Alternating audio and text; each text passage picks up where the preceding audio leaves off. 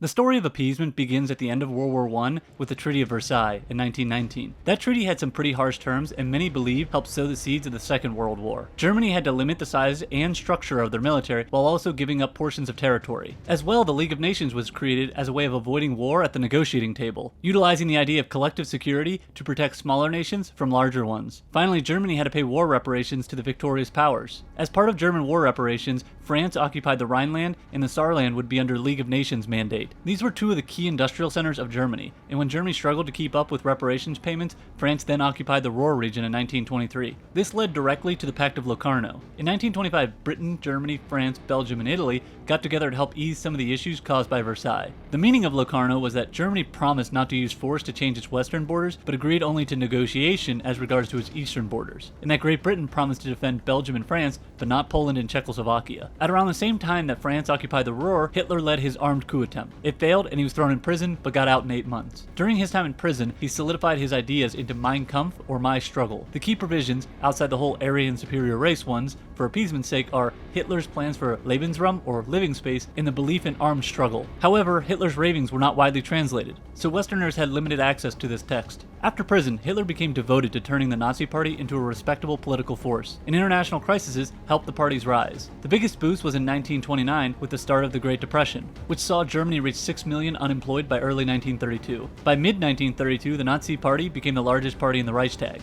His popularity led President Hindenburg to offer him the chancellorship, or head of the government, which he accepted and started in January of 1933. With Hitler in charge, he invested heavily in public works like creating the Autobahn and rearmament programs, pouring money into private companies to test military planes and tank production. These helped to soak up Germany's unemployed. On the political side, Hitler capitalized on the death of Hindenburg and a fire in the Reichstag, which he blamed on communist terrorists, to take full control of the government. After that fire, Hitler was given emergency powers to ban all opposition political parties and combine the office of the presidency with his own as chancellor under the title Führer. With complete control of German society, economy, and military, now it was time for Hitler to start realizing his international goals. But how to get around the League of Nations? The two biggest examples of the League's weakness occurred in 1931 and 1934. In 1931, Japanese troops provoked a border clash with China in Manchuria, but brought condemnation down from the League of Nations. However, Japan simply rejected the League's findings and withdrew. The League was powerless to stop them since Great Britain was the only nation in the League capable of fighting in the Far East, but had no desire to fight a war there. Then in 1934 was the beginning of the Abyssinian crisis. Mussolini was the dictator in charge of Italy, and he dreamed of recreating the Roman Empire in the Mediterranean. Taking over Abyssinia will help with that goal, so Italy invades in 1935,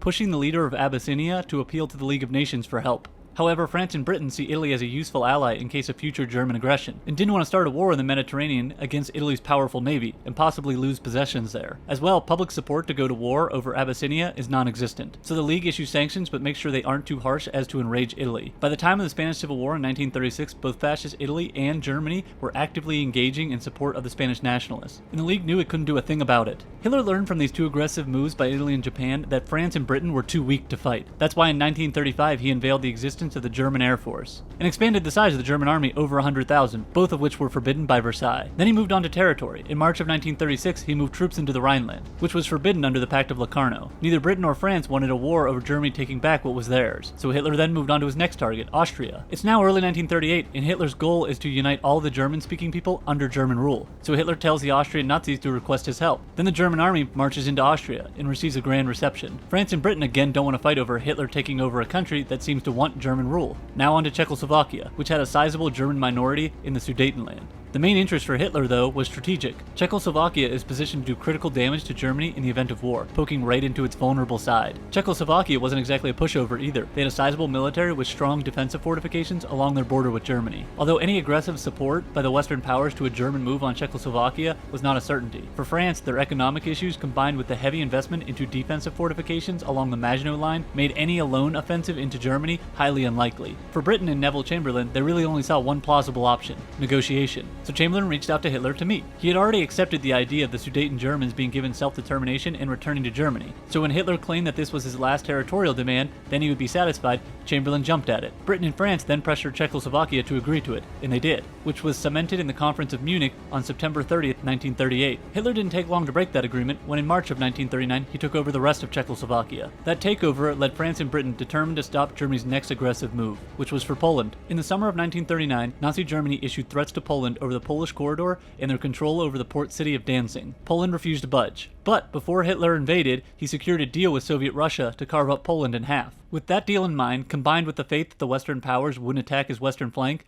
Hitler greenlit the Polish invasion, which in turn led to war declarations from Britain and France beginning World War II.